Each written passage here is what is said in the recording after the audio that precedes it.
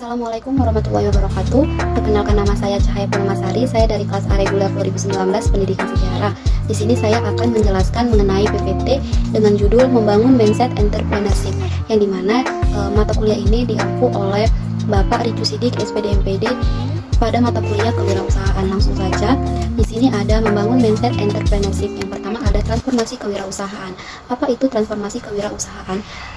Transformasi kewirausahaan ini merupakan suatu perubahan cara pikir kita untuk menjalankan suatu usaha, untuk memudahkan dalam menjalankan suatu usaha yang kita buat. Yang pertama ini ada A. Mengenal transformasi kewirausahaan.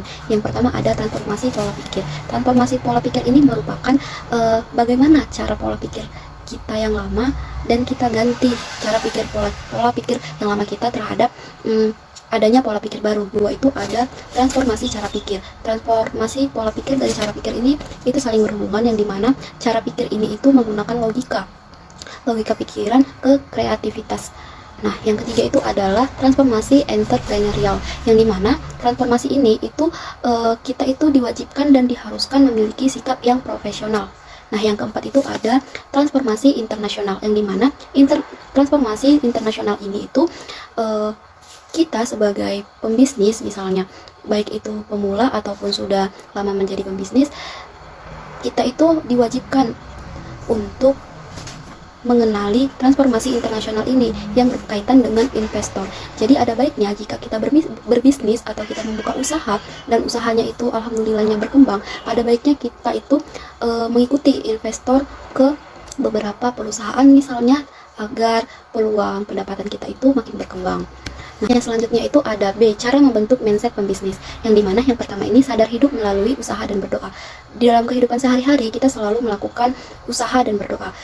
Jadi kalau kita usaha aja tapi tidak berdoa, itu sama aja. Dan sebaliknya, kita berdoa saja tapi kita nggak ada usaha, itu sama aja.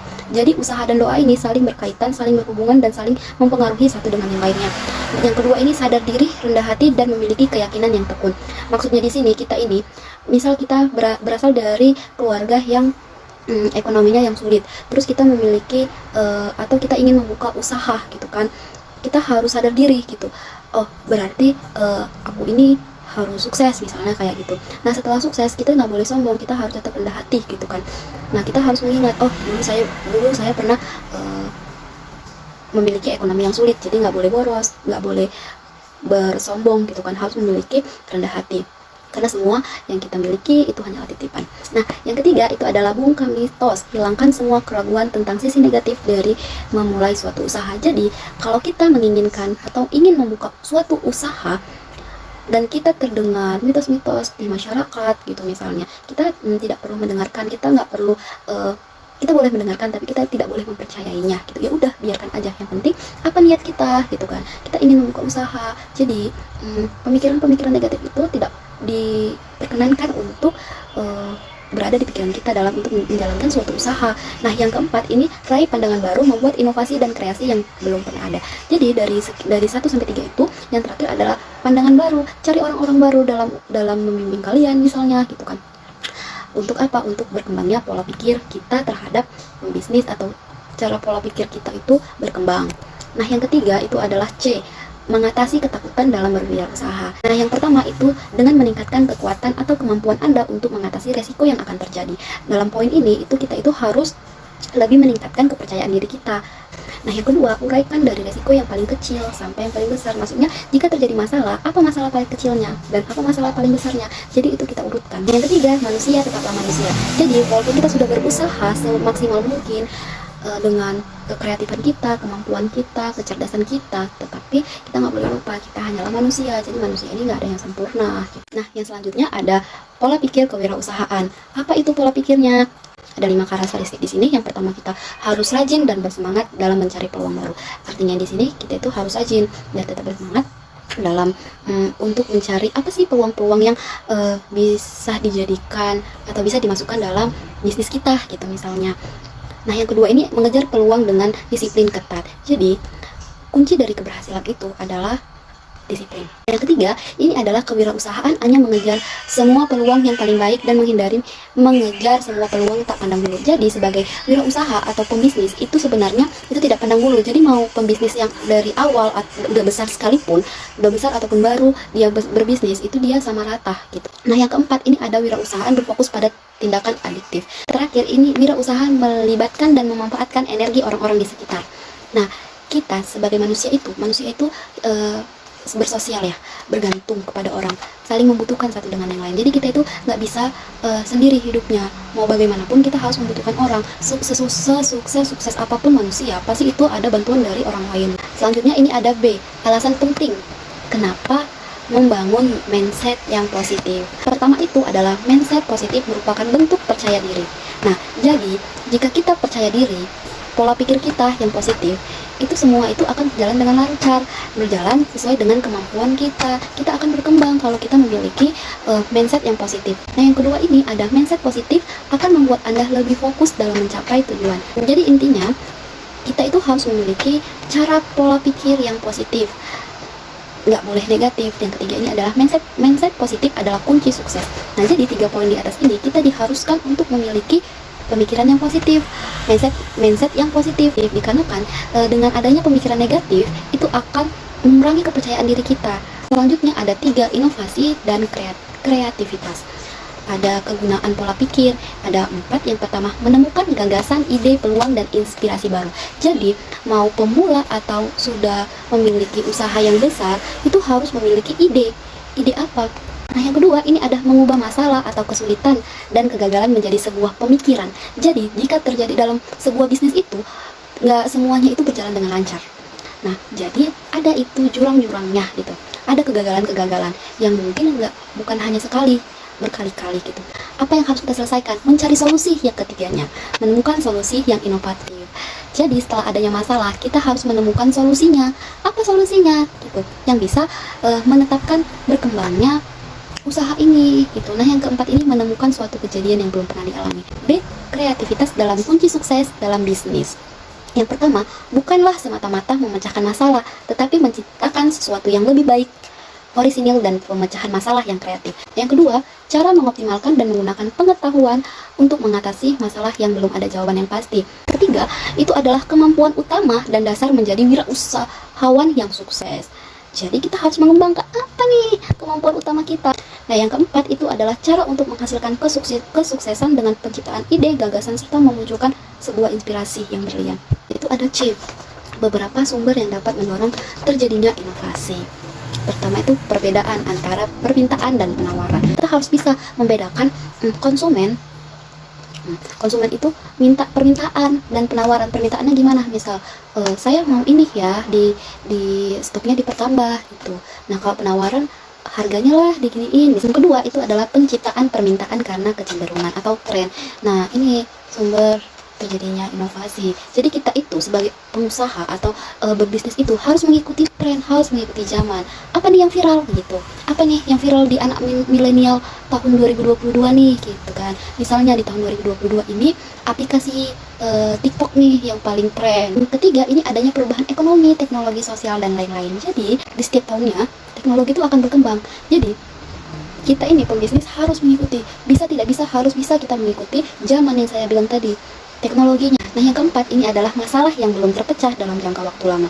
Jadi kita ini kalau masalah ini belum ada solusinya, kita harus memikirkan. Kita nggak boleh lupa sama masalah yang sudah terjadi. Takutnya itu di kedepannya gitu kan, itu akan menjadi bumerang untuk usaha yang telah kita buat gitu. Yang kelima, ini adalah inovasi yang ditunjukkan untuk mengganti inovasi produknya sendiri. Selanjutnya ini adalah mengenal potensi diri. Nah, yang pertama ini adalah percaya diri. Nah, percaya diri ini hal yang utama yang harus dibangun dalam bukan hanya berbisnis aja, tapi dalam kehidupan sehari-hari kita harus memiliki kepercayaan diri. Nah, yang kedua ini adalah berorientasi pada tugas dan hasil. Dari rasa percaya diri kita itu apa hasilnya gitu, menyenangkan, berani menantang resiko. Nah, dari rasa percaya diri ini kita harus berani, apapun resikonya harus kita tanggung. Harus keempat ini memiliki jiwa kepemimpinan. Nah, kita ini sebenarnya setiap manusia itu harus memiliki jiwa kepemimpinan. Itu sangat berpengaruh untuk kehidupan kedepannya gitu. Jadi mau laki-laki atau perempuan harus memiliki jiwa-jiwa kepemimpinan. Nah, yang kelima adalah mempunyai sifat orisinil. Keenam itu berorientasi ke masa depan. Jadi kita harus memikirkan, masa depan harus begini, harus menjadi bagus dari sekarang. Apa yang ini harus kita pikirkan matang-matang untuk masa depan kita kan itu. Nah, yang ketujuh ini adalah harus dan selalu. Tapi banyak orang yang tidak menjalankannya. Apa itu? Harus bersikap profesional. Jadi mau gimana pun, apapun pekerjaannya, kita itu harus bersikap profesional. Nah, selanjutnya ini ada 5 motivasi dalam berprestasi. Menurut Johnson dan Switchwell, itu individu memiliki motivasi berprestasi. Ada ciri-cirinya. Yang pertama itu menyukai situasi yang menuntut tanggung jawab pribadi atas hasil-hasilnya, bukan atas dasar untung-untung nasib. Nah, yang kedua itu adalah memilih tujuan yang realistis, tetapi menantang dari tujuan yang terlalu mudah dicapai atau terlalu mudah beresiko. Aku harus kaya, aku harus memiliki banyak uang. Agar apa? Agar aku bisa membahagiakan kedua orang tuaku, masyarakat, keluarga gitu. Nah, di sisi lain ada kalimat uang bukanlah segalanya, uang nggak bisa membeli kebahagiaan. Itu dari beberapa orang gitu kan. Tetapi kalau kita punya uang, ya kita itu bisa bahagia. Dengan apa kita berbagi, itu tergantung pada orangnya gitu. Nah, yang ketiga itu senang bekerja sendirian, bersaing untuk mengungguli orang lain dalam mengerjakan suatu tugas. Jadi kita itu di setiap individu itu pasti memiliki rasa egoisnya masing-masing, yang dimana kita itu nggak apa-apa kerja sendiri. Ada orang seperti itu, nggak apa-apa kerja sendiri gitu. Yang penting kita itu bisa duluan siapnya gitu. Artinya itu banyak ya yang salah kaprah ya. Kalau udah siap duluan berarti dia pintar, nggak seperti itu gitu. Nah, yang terakhir itu adalah mampu menunjukkan pemuasan keinginan demi masa depan yang baik. Faktor-faktor yang mempengaruhi motivasi berprestasi. Motivasi berprestasi dipengaruhi 2 faktor. Yang pertama internal dan eksternal. Internal ini kemampuan internal ini dari diri kita ya. Yang pertama itu kemampuan kita di mana harus kita kembangkan. Yang kedua ini kebutuhan. Apa kebutuhan kita harus kita penuhi juga ya. Nah, yang ketiga ini minat. Nah, minat kita ini di mana? Jangan asal membuka usaha, jangan asal buka bisnis atau mulai berbisnis tapi kita nggak minat, sama aja ya gitu. Nah, yang keempat ini adalah harapan dan keyakinan. Jadi setelah terbukanya bisnis atau usaha, apa harapan kita ke depannya gitu. Nah, kita harus buat keyakinan. Yakin nggak harus nih berhasil, nggak boleh nggak berhasil, harus misal gitu ya. Nah, yang kedua ini ada faktor eksternal, yang dimana eksternal ini dari luar. Yang pertama adalah situasional, bagaimana situasi keberadaan kalian, terus ada lingkungannya, gimana masyarakatnya mendukung nggak gitu kan. Yang kelima ini aspek. Nah, aspek ini yang pertama ini ada harapan untuk sukses atau berhasil dan juga ketakutan akan kegagalan. Jadi dalam aspek-aspek motivasi ini pasti kita selalu memikirkan gimana ya kalau nggak berhasil. Kalau berhasil alhamdulillah banget. Kalau nggak berhasil gimana ya? Sebenarnya pemikiran-pemikiran itu sudah umum ya di pemikiran kita, karena pasti ada ketakutan-ketakutan sendiri yang kita hadapi gitu kan. Nah, yang kedua ini seseorang yang memiliki ketakutan akan kegagalan yang lebih besar dari harapan untuk berhasil dikelompokkan ke dalam mereka yang memiliki motivasi berprestasi yang rendah. Jadi, kalau kita nih meyakini atau memiliki suatu ketakutan, aku takut gagal, gimana nih, gitu, sayang uang aku, gitu kan, udah habis banyak kesini, gitu, nggak percaya diri dia akan kegagalannya, nggak mau mengembangkan potensi lagi. Kalau dia gagal, itu dia termasuk orang-orang yang memiliki motivasi yang prestasinya itu rendah. Jadi motivasi yang dia pegang itu nggak 100% gitu, masih 40% atau bahkan 20%, karena dia udah tahu dampak kegagalannya ini gimana gitu. Jadi dia nggak mau nanggung lagi, gimana nih kalau saya nih mengeluarkan uang banyak lagi untuk usaha ini, kalau misalnya gagal lagi gimana, bukannya untung malah jadi buntung nih, hal gitu. Nah, jadi kesimpulan dari pembahasan ini itu adalah mindset itu merupakan adanya kumpulan-kumpulan yang sangat mempengaruhi sikap seseorang, atau pola pikir itu sangat menentukan perilaku, pandangan seseorang, sikap orang, atau masa depan seseorang. Jadi kalau mindset kita rendah, gimana gitu kan.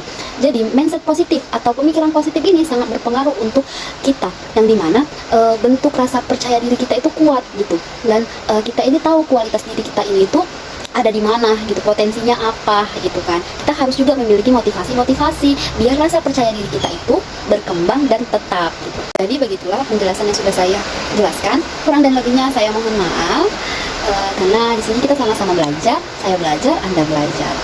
Nah, saya sudahi dengan assalamualaikum warahmatullahi wabarakatuh. Terima kasih untuk menonton video ini.